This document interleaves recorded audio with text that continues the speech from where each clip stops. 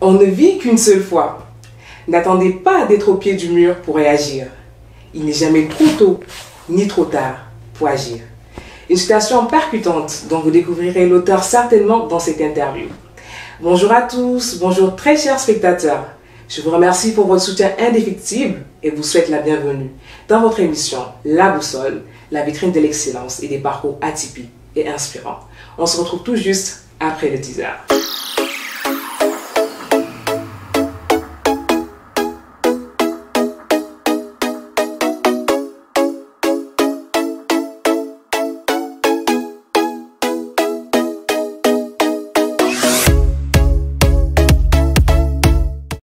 Sous les projecteurs aujourd'hui, c'est Lina Ndior qui va animer ce numéro en compagnie d'un invité qui n'est plus à présenter.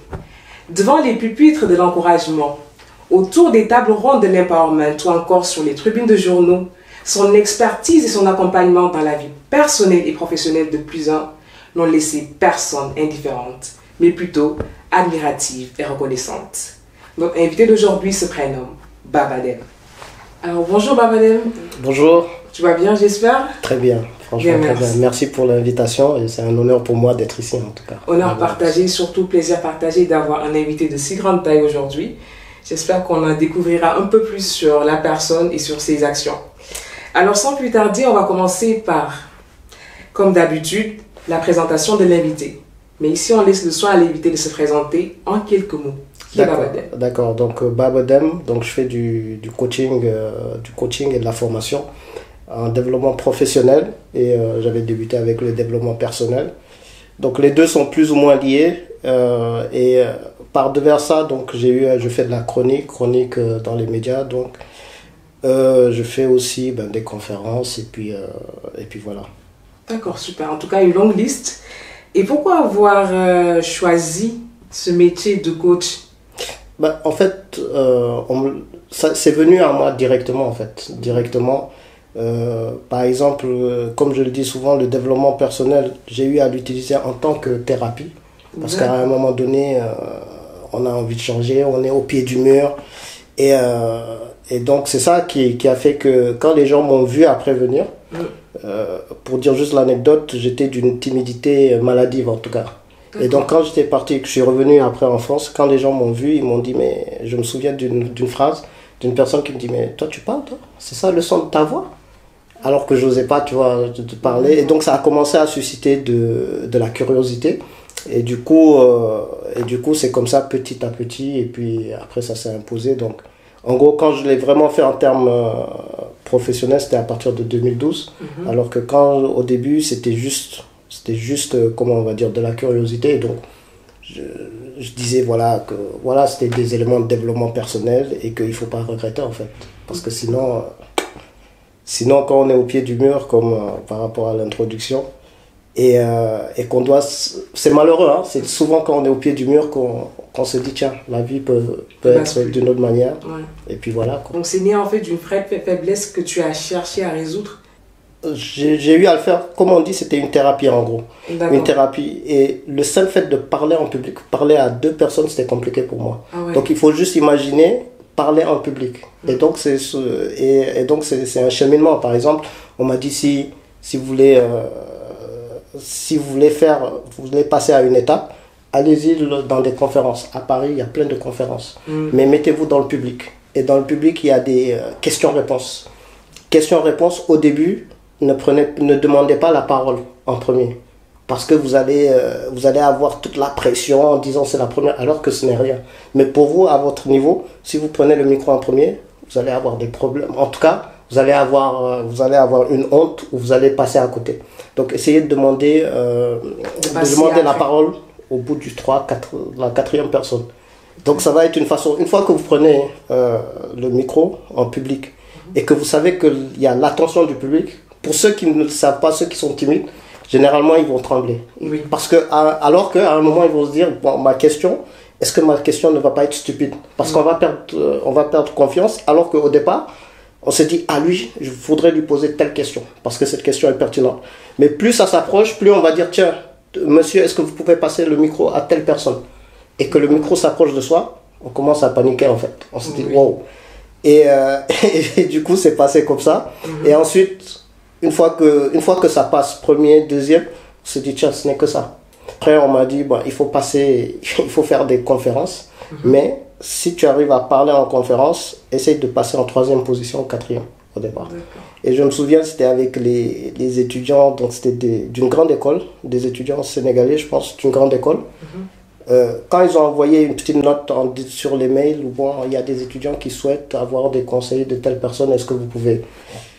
Moi, j'envoie mon mail comme ça, mais en me disant qu'ils vont pas donner suite. Et c'est là où je vois, tiens, oui, nous serons ravis de vous avoir en tant qu'intervenant sur le sujet du retour au pays, etc. Je me suis dit, ah bon, et on me met 40 minutes. Là, j'ai commencé à dire, oh là c'est compliqué, 40 minutes. Et je me suis dit, non, je ne vais jamais y arriver. 40 minutes déjà développement personnel chez des étudiants de grandes écoles. Eux qui sont là et qui vont se dire, mais qu'est-ce qu'il fait là, ou des choses comme ça. Et donc, il y a eu ça, et j'ai dit à une amie, d'ailleurs, c'est elle qui m'a mis dans une conférence la première fois, à Wadem, on a le même nom en fait, qui était la présidente, et je lui ai dit, pardon, c'est 40 minutes, est-ce que tu ne veux pas faire 20-20? Et pour les autres, j'ai dit, bon, il faut mettre quand même une femme dans le panel. Les autres ont accepté, donc le fait qu'elle soit passée, ça m'a rassuré derrière, j'étais quatrième, et après, c'est parti comme ça. Pour devenir Babalem qu'on connaît aujourd'hui. Ouais, après c'est parti, et moi-même, je me disais, est-ce que ce que je suis en train de dire, ça va les... Et le but, c'était, comme c'était des étudiants africains, c'était aussi de leur donner des conseils par rapport aux valeurs africaines, et de se dire aussi de se décomplexer pour lorsque vous allez chercher vos boulots, lorsque vous allez chercher à réussir, que même si vous êtes ici en France, essayez de vous décomplexer et de ne pas demander en fait, allez chercher. Et donc c'est parti de là avec des valeurs, etc. Et puis moi, avec j'ai eu une surprise comme ça, et après on m'a dit continuez, et après c'était bouche à oreille, etc. Super. Jusqu'au TEDx. Alors, je vais juste rebondir sur cet aspect d'accompagnement, de la manière dont tu accompagnes, parce que tu es en face des étudiants africains, des étudiants occidentaux, issus d'autres cultures. Et où est la place maintenant du coaching par rapport au modèle africain, du coaching par rapport au mode américain, qui est de plus en plus adulé, surtout par nous les jeunes. On aime bien regarder ces coachs qui nous étalent leur vie, une vie réussie, avec des tips, et le coaching dans le monde occidental. Comment tu arrives à jongler? Est-ce que tu arrives à contextualiser en fonction de la personne que tu as en face? Oui, en fait, généralement le coaching, c'est juste de l'accompagnement. Si vous ne faites pas de l'accompagnement, vous devenez un gourou, en fait. Ah oui. C'est-à-dire que vous êtes là, si vous commencez à dire, écoutez, faites ci, comme ça vous allez réussir. Ou qu'est-ce que la réussite? La réussite, c'est lorsque vous allez persévérer, lorsque vous allez... Forcément, il y a ça, persévérance, détermination. Mais moi, je vous dis, demain, vous devez faire ça. Et que c'est comme au départ, vous dites, écoutez, la vaisselle là, si vous la faites mal, c'est parce que vous ne prenez pas de la bonne éponge, et que il faut faire comme ça pour faire là. Là, pour moi, c'est une question la personne se prend pour un gourou, en fait, sans le savoir. Ah oui. Alors que normalement, le coaching, c'est juste de l'accompagnement.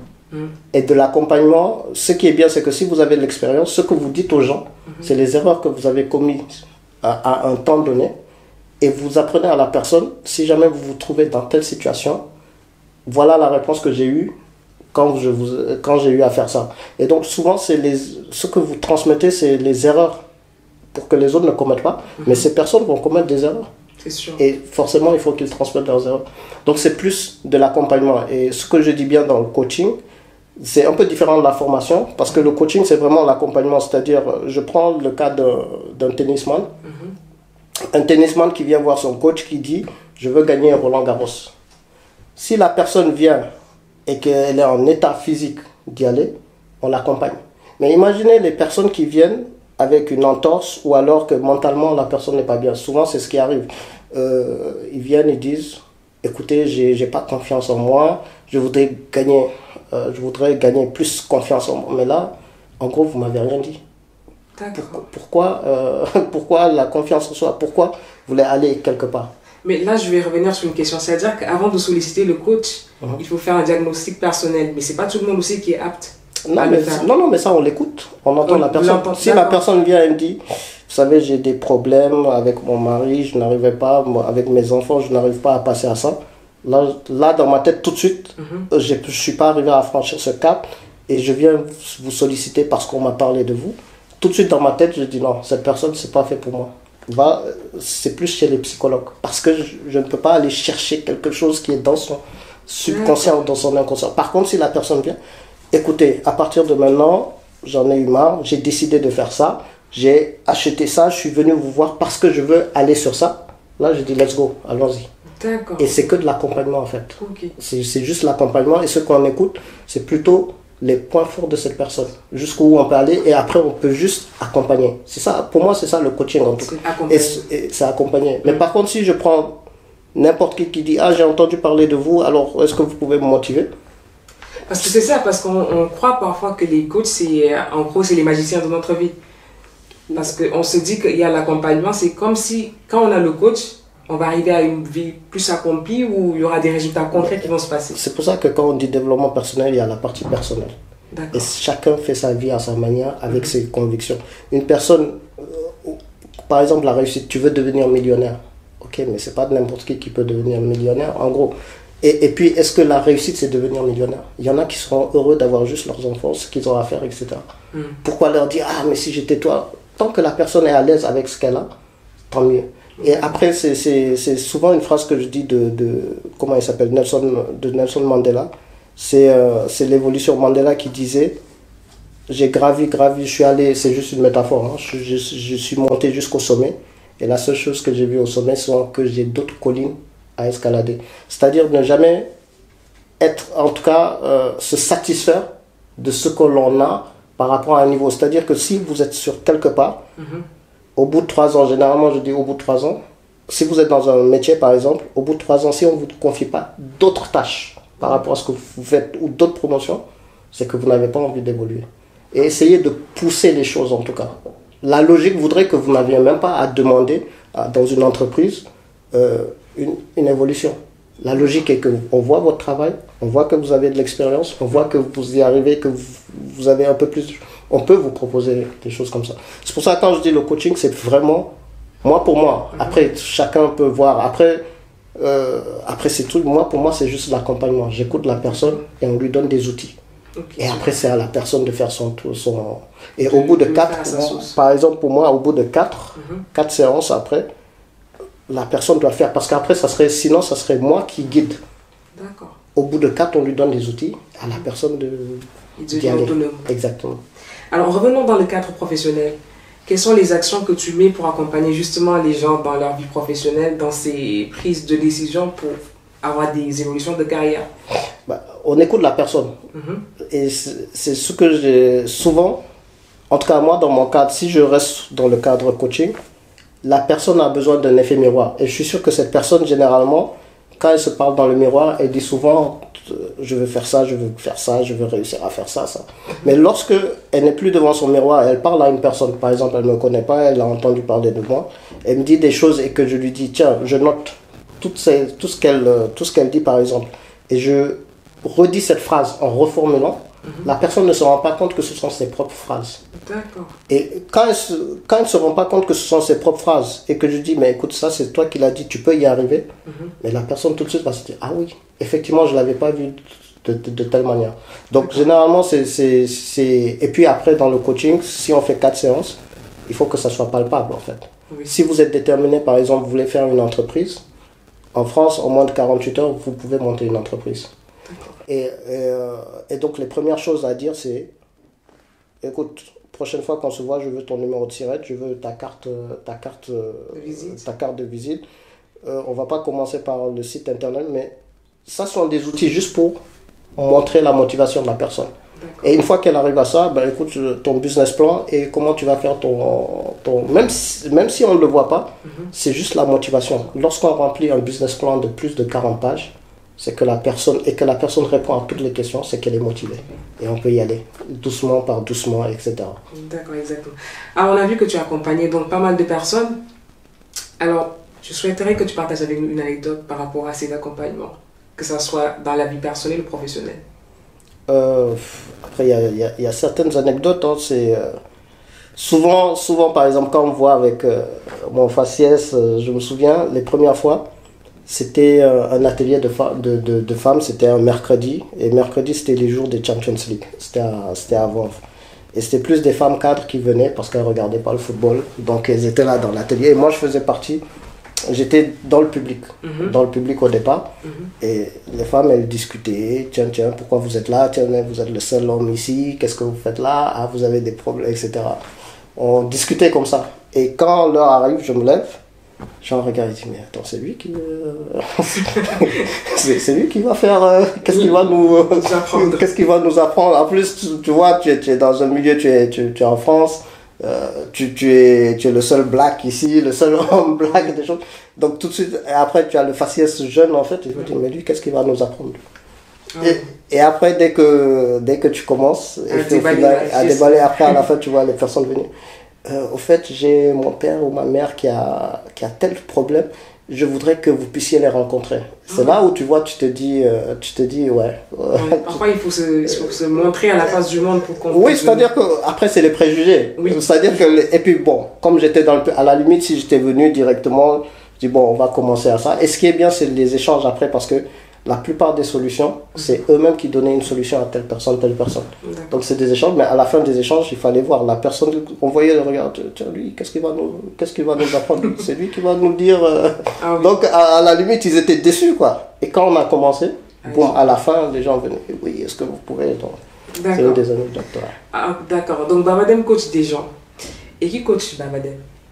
Non, moi c'est généralement, en fait, comme je disais, généralement moi je dis coach. Après le mot coach, je sais qu'au moment où je le faisais, j'étais en train de lire une personne qui s'appelle Steve Pavlina, c'est un blogueur américain, et souvent ce qu'il disait, c'est là-bas que et il y avait le mot personnel développement personnel. Moi-même, développement personnel pour moi. Première fois où j'ai fait ma carte de visite, j'ai mis développement personnel parce que lui, il avait mis personal development sur son blog. Et personal development, je disais, tiens, ça fait joli. Et je me souviens qu'après, comme il faisait coaching, j'ai fait coach aussi. Mais sauf que quand j'étais en France, lui c'est un Américain, en France, on me disait, oui, mais coach, il faut mettre consultant. Mais coach, ça ne va pas passer, c'est péjoratif, vous n'allez pas avoir ça. Et puis développement personnel, c'est quoi? À ce moment-là, souvent c'était ça, développement personnel, c'est quoi? Et ensuite, on est passé à une phase, ok, développement personnel, c'est de la confiance en soi. Et aujourd'hui, on est passé dans une phase où c'est pas de l'arnaque, ça. Oui. Donc, comme ça. Voilà, donc c'est pas de l'arnaque, ça. Et donc, c'est devenu intéressant sur l'évolution. Mais après, moi, tu sais, dans le développement, dans le coaching ou des choses comme ça, je suis inspiré partout. Un film, quel que soit, même un enfant peut m'inspirer. Tiens, comment elle a fait? J'essaye d'évoluer, donc je prends les conseils de partout. Mais la plupart des gens, par exemple, c'est les conseils de mon père, des anciens trucs de mes grands-parents. Et puis, comme on est africain, vous écoutez, vous regardez, c'est que des conseils en tout cas. Vous allez rencontrer un oncle, ça sera que des conseils. Et donc, généralement, c'est que nous, on n'y prête pas attention, mais quand on les écoute bien, dans le côté africain, c'est encore plus puissant que... Justement, je voulais rebondir sur ça, c'est que là, c'est vrai qu'il y a des coachs formalisés, et je me disais qu'en Afrique, il n'y a pas des coachs nés, si on peut s'interroger. Parce que comme tu l'as souligné, les oncles, les tantes et tout, est-ce que forcément on a besoin d'aller vers le coach, ou il y a des coachs aussi qui sont proches de nous, qu'on ne voit pas certainement, et qui sont peut-être plus aptes à nous guider parce qu'ils connaissent notre histoire, un peu l'héritage qu'on a reçu. C'est que quand ça se banalise, on ne les écoute plus. D'accord. Les parents qui viennent à un moment, qui vous répètent toujours la même chose, à un moment vous dites, il va encore nous faire de la leçon de morale ou des choses comme ça. Pourtant, la même phrase que cette personne dit par une autre personne, c'est là où on va regarder la personne. C'est la vérité que tu as dit. Et pourtant, ce que tes parents te disent, c'est encore plus fort que ça. Et généralement, quand c'est les parents ils attendent l'erreur que vous faites et c'est là où vous dites, pourtant tu avais raison, tu m'avais dit ça. Et pourtant c'est ça. Et après, bon, quand je parle dans le cadre de l'Afrique de l'Ouest où vous avez les religions, les religions c'est du développement personnel. Les conseils c'est du développement personnel. Mais c'est que on est arrivé à un moment où on a tellement banalisé ça qu'on regarde les conseils américains et on se dit que c'est ça la vérité. Sauf qu'il faut voir vraiment ce qu'on appelle les environnements.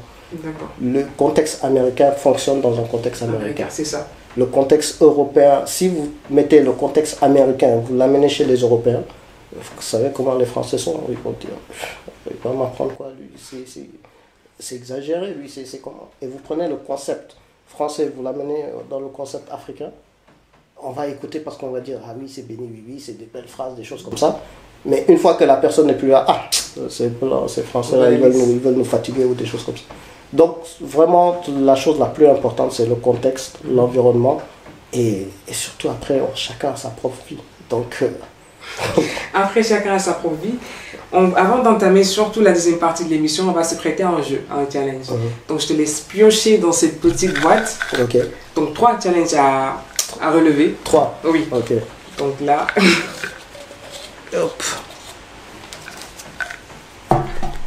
Alors, le premier. Dire merci dans 3 langues différentes. Ah. Attendez à plus difficile. Donc, Jarama, Djerejef et puis Aligato.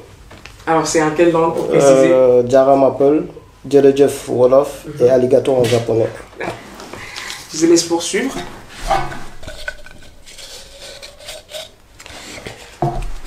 Alors, donne la nationalité de 3 personnalités différentes. Nationalité, hein, oui. De 3 personnes. Jean-Claude Van Damme, c'est un Belge. Drake, Canadien. Oui. Et Alpha... Blondie. Ah, c'est Alpha Blondie, Ivoirien. Ah, super. Ouais. Franchement, je ne m'y attendais pas. Et le dernier, il est au fond. Chanter... Chanter l'hymne national de ton pays. Les 3 phrases, c'est ça? Oui, les 3 premières phrases. Pincez tous vos koras, frappez les balafons, le lion rouge a rugi, le dompteur de la brousse. Bref. Après, j'aurais pu continuer. C'est parfait déjà. Merci. Alors, on va poursuivre, mais dans des horizons philosophiques. Alors, inspiré pour toi, Baba, ça évoque quoi? Généralement, inspirer, on a du mal avec ce mot quand on nous dit tu vas inspirer telle personne parce qu'on ne se rend pas compte. Et normalement, même, on a l'impression même que c'est prétentieux de dire qu'on peut inspirer une personne. Et généralement, c'est les gens qui viennent vous voir qui disent ah, vous m'inspirez dans tel. Et même quand on me dit ça, je me dis ok, d'accord. Après, à force de me répéter ça, je me dis ok. Mais inspirer, je préfère que ça soit plus inspiré dans le sens donner des conseils, éventuellement orienter, guider au début, mais pas dans le cadre influencer en fait. Influencer, voilà, c'est plus des conseils. Et à la personne, au final, c'est plus, comme on dit, hein, quand on regarde, là on va citer BFM ou des choses comme ça. Lorsque vous laissez passer un journal télévisé, vous écoutez, dès qu'on dit un mot, par exemple, tiens, Sénégal, alors que vous étiez ailleurs, vous allez lever la tête et vous allez prendre l'information sur le Sénégal, sur l'Afrique ou des choses comme ça. Donc c'est ça, généralement on donne des informations et à la personne de prendre ou de la jeter ou de s'en inspirer, de s'approprier de l'information. Mais jamais imposé en fait. Super, d'accord.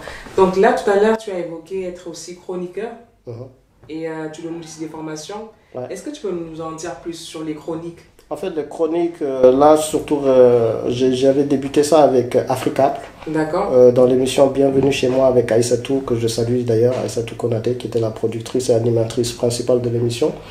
Ensuite, je fais des chroniques dans le média Emploi et moi.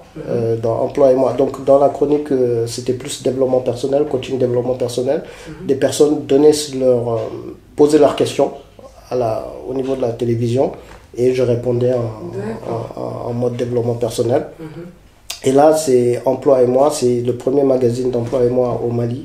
Et donc, chaque mois, c'est un magazine qui parle de quoi? Des conseils sur le recrutement et de l'employabilité.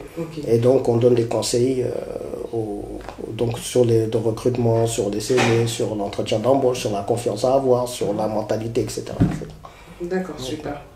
Alors, à part chroniqueur et justement la personne qui donne des formations, est-ce que Babadem nourrit d'autres passions? Ah oui, moi c'est toujours... En tout cas, dans tout ce que j'essaye de faire, je mets l'Afrique dedans.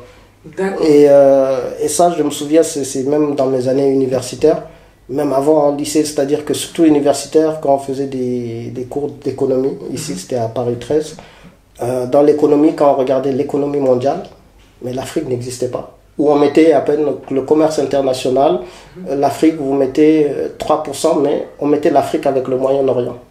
Et on mettait 3% par exemple, et on se disait 3%, s'il y a le Moyen-Orient, l'Afrique, c'est quoi? 0,5%. Et le problème, c'est que quand on regarde, à chaque fois je disais pourquoi pas l'Afrique? Pourquoi pas l'Afrique? Et quand on regarde, c'est tout bête, hein, des reportages, des émissions, par exemple, il y a une émission qui était passée, je sais plus c'est quoi l'émission, le nom de l'émission déjà, où on montrait le bateau des pêcheurs, bateau pêche ou coréen, sud-coréen, qui était au large de la Guinée par exemple, qui prenait les poissons au large de la Guinée, et une fois qu'ils pactaient en fait, qu'ils mettaient ça dans leur packaging, dans leur cale, et ils mettaient made in, ou non, pêché in Corée, ou from Corée. Mais ça quittait la Guinée, ça allait en Europe en disant from Corée. Donc forcément dans le commerce international, l'Afrique est 0,3%, pourtant tu es là. Et c'est là où il y a la phrase de Nelson Mandela qui disait que s'il décide sans nous, c'est qu'il décide contre nous, c'est qu'il faut y être. Le jour où l'Afrique va se dire, ben, écoute, ça c'est le poisson de Guinée, et on fait fonctionner comme Corée du Sud, tu es sûr que là, les chiffres de l'Afrique n'auront rien. Ça va gonfler. Donc, je mets à chaque fois Afrique partout au centre des actions. Alors, merci Babadem pour cette mise en avant et surtout ces actions que tu mets en place pour justement remettre l'Afrique à sa place. Et là, on va passer vers les conseils. Quels conseils aimerais-tu donner à la jeunesse qui nous regarde et surtout à cette jeunesse africaine peut-être, ou cette jeunesse qui est là mais qui est issue peut-être de l'Afrique et qui grandit? Généralement, lorsqu'on dit aux jeunes, après souvent on dit les mêmes phrases bateau, hein, croyez en vous, si vous voulez, vous pouvez, etc. Moi, c'est plutôt, je me dis, c'est ce que mon père m'a toujours conseillé. Lorsque tu rentres chez toi et que tu poses ta tête sur l'oreiller, regarde le bilan de ta journée et dis-toi forcément, quelle est la chose qui t'a apporté personnellement. Si jamais tu es parti à l'école, au travail, tu es parti acheter du pain, tu es parti faire, etc., tu es allé voir telle personne, tu vas te dire que c'est une dure journée, mais dans tout ça, qu'est-ce que tu as fait que toi, tu deviens une meilleure personne ou tu as appris quelque chose? Si c'est que des mouvements, parce que tu dois faire les choses telles qu'elles sont, par obligation, tu vas faire les choses telles qu'elles sont, mais tu n'auras rien apporté à toi dans ton évolution personnelle. Donc, essaye de te dire, si pendant une semaine tu dors tous les jours et tu regardes que tu n'as jamais... Ça peut arriver. Un mois, ça peut arriver. Mais à un moment, lorsque tu te poses la question en te disant, qu'est-ce que j'ai apporté? Quelle est la chose que j'ai faite aujourd'hui pour que ça m'apporte personnellement le lendemain? Et que tu te dis, j'ai rien fait là. Au bout de 3 jours, essaye d'évoluer en fait, de prendre des choses. Donc ça peut être, j'apprends l'anglais par exemple parce que je veux faire ça. Donc juste lire 2 ou 3 chapitres de l'anglais, c'est déjà ça. J'ai envie d'aller vers l'Afrique, prends quelque chose. Est-ce que j'ai fait quelque chose? C'est des petits détails comme ça. Un objectif. Voilà, et souvent, il faut le quantifier. Parce que si on le fait juste par enthousiasme, par exemple, ça y est, aujourd'hui j'ai envie de créer mon association parce que je veux venir en aide à, je sais pas moi, c'est souvent les choses, ils aiment dire ça, aux enfants pauvres, démunis, etc. Au début, tu es enthousiaste. Tu vas parler à tout le monde, des gens, ah, c'est une super bonne idée, etc. Mais si tu ne quantifies pas ce que tu as fait, qu'est-ce que tu as pu apporter et qu'est-ce que tu as vraiment ramené à la fin, souvent ça va être sur l'enthousiasme et de fil en aiguille, ça ne va aller nulle part. Et donc, de dire à chaque personne, au lieu de regarder le général, par exemple, oui, l'Afrique, etc., pose-toi la question, qu'est-ce que tu as fait toi? Et dans qu'est-ce que tu as fait toi, qu'est-ce que tu peux mettre sur ton CV? Et quand je dis CV, c'est CV, ça peut être un CV blanc en fait. Et c'est-à-dire qu'au bout de, par exemple, au bout de 3 années, tu travailles, qu'est-ce que tu peux dire que tu as apporté? Si tu dis oui, je fais juste le travail de ça, ok, tu te laisses aller avec la société. Mais à la fin de la fin, au moment où tu dois quitter ce monde-là, il faudrait que tes petits-enfants, quand ils posent leurs questions à leurs grands-parents en disant qu'est-ce que papa, ou qui est tes grands-pères, ou qui est tes grands-mères par exemple, et qu'on puisse dire, regarde, voilà ce qu'il a réalisé. Et ça peut être, la personne peut être sur, ou la personne peut dire, on ne sait pas comment elle va être le futur, mais va le regarder dans YouTube, voilà. Ou regarde ce qu'il a fait, ou c'est ça. Et on ne vit qu'une fois, comme on dit. C'est ça, comme tu l'avais bien dit. On ne vit qu'une fois, donc marquez votre passage dans ce monde et marquez-le Et moi, j'ai deux phrases africaines dans ce genre de... Généralement, comme on dit, c'est l'homme qui a peur, sinon il n'y a rien. Ça, c'est une chose. Et la phrase de Mandela qui dit la peur, c'est la peur de courage. Non, le courage n'est pas l'absence de peur, parce que tu peux avoir peur, mais c'est comment tu surmontes cette peur. En fait, généralement, c'est la phrase de Nelson Mandela. Et c'est juste pour dire aux gens qui se posent la question, je ne vais pas y arriver, c'est pas pour moi. Faites, et après vous verrez. Que d'attendre, les personnes vont vous dire, selon moi, il faudrait pas... Et même les personnes qui vont vous dire, selon moi, il faudrait pas que tu fasses ça, c'est pas parce que les personnes sont jaloux de vous. Non, non, c'est juste, surtout les parents, c'est juste pour vous protéger. Parce qu'ils ont peur. Donc on va te dire, ne mets pas cet argent dans ça, n'investis pas dans ça, ne fais pas ça. Et la personne va se dire, ah, ils veulent pas ma réussite. Mais si tu crois en toi, fais, et après tu verras. Après tu verras, au moins tu n'auras pas de regrets. Tu auras peut-être des remords en disant, ah, j'ai mis un peu de ça, mais c'est des leçons. Et comme on dit, rien n'est fatal. Donc, en tout cas, ce qui ne tue pas rend plus fort. C'est exactement. Tu vois, ça même, je pense que c'est ce qu'on dit souvent en Afrique. Oui, donc ce qu'on dit, ouais. Et c'est pour dire que nous-mêmes, on a notre propre développement personnel et on peut continuer à dire, on cite Amadou Ampateba qui dit, l'école, c'est juste pour les diplômes, mais les vrais diplômes, c'est la vie en fait. C'est l'expérience que tu auras dans la vie, etc. Donc, je précise de regarder aussi en Afrique, pour ceux qui vont suivre ça, d'écouter aussi nos anciens. Et vous verrez que vous allez avoir tellement de choses qui vont vous motiver. C'est une immense sagesse en tout cas. Une immense sagesse. Et comme je dis, la France, ils ont leur... Et c'est fou, hein? Ils ont écrit leur histoire. Oui. Les Américains, 1400, ils ont écrit leur histoire. Mais nous, en Afrique, nous, on n'écrit pas notre histoire et ça devient même compliqué parce qu'on va dire à une personne qui est au Congo, là, le fleuve Congo, c'est qui a découvert ça? Les gens vont te dire Brazza. Ça va venir de Brazza, toujours. Mais ça, c'est quand tu es dans le côté portugais, par exemple. Mais c'est-à-dire que le fleuve, là, il existait avant. D'autres, nos anciens, regardaient ce fleuve-là, qui ont découvert ça depuis. Claire. Mais nous, on a effacé toute cette partie, on va dire, c'est de Brazza. Donc, écrivons notre propre histoire. Et c'est pas de la colonisation, c'est pas trop. On était là avant. Et donc, ouais. En tout cas, c'est écrivons notre propre histoire. Alors, Baba, est-ce qu'un jour, tu vas t'intéresser à une autre sphère, hormis le coaching ou les formations? Oui, parce que je dis souvent, un des conseils que je dis, il faut toujours évoluer. Il faut toujours évoluer. Généralement, moi, j'essaie toujours d'avoir 3 ans d'avance. Donc, 3 ans d'avance, le coaching, c'est vrai que c'est... J'ai évolué dans le coaching parce qu'avant, je venais, je prenais la parole, le micro, ça me suffisait.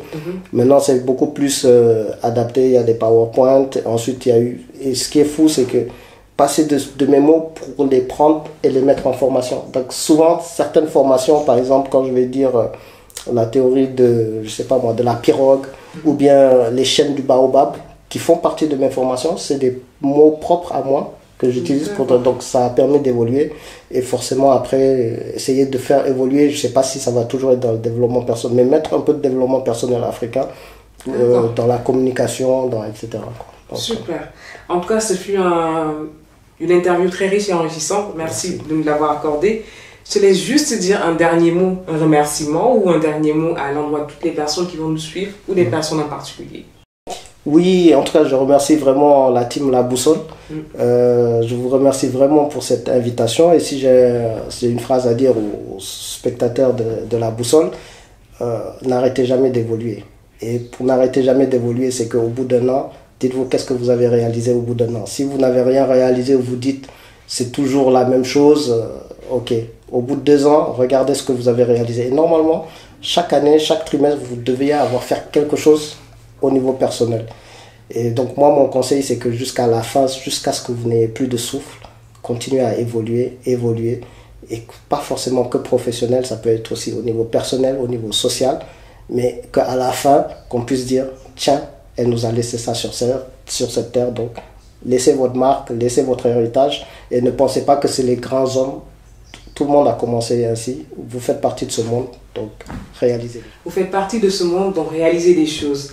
Dernier mot de notre invité à méditer, très chers spectateurs. Je vous remercie d'avoir suivi cette interview. Merci pour votre soutien. Merci pour tous vos retours positifs sur nos réseaux sociaux. Continuez à vous abonner, à partager, à liker, à commenter. On se retrouve après pour d'autres émissions encore plus intéressantes. Merci. Au revoir. Merci, au revoir. Merci.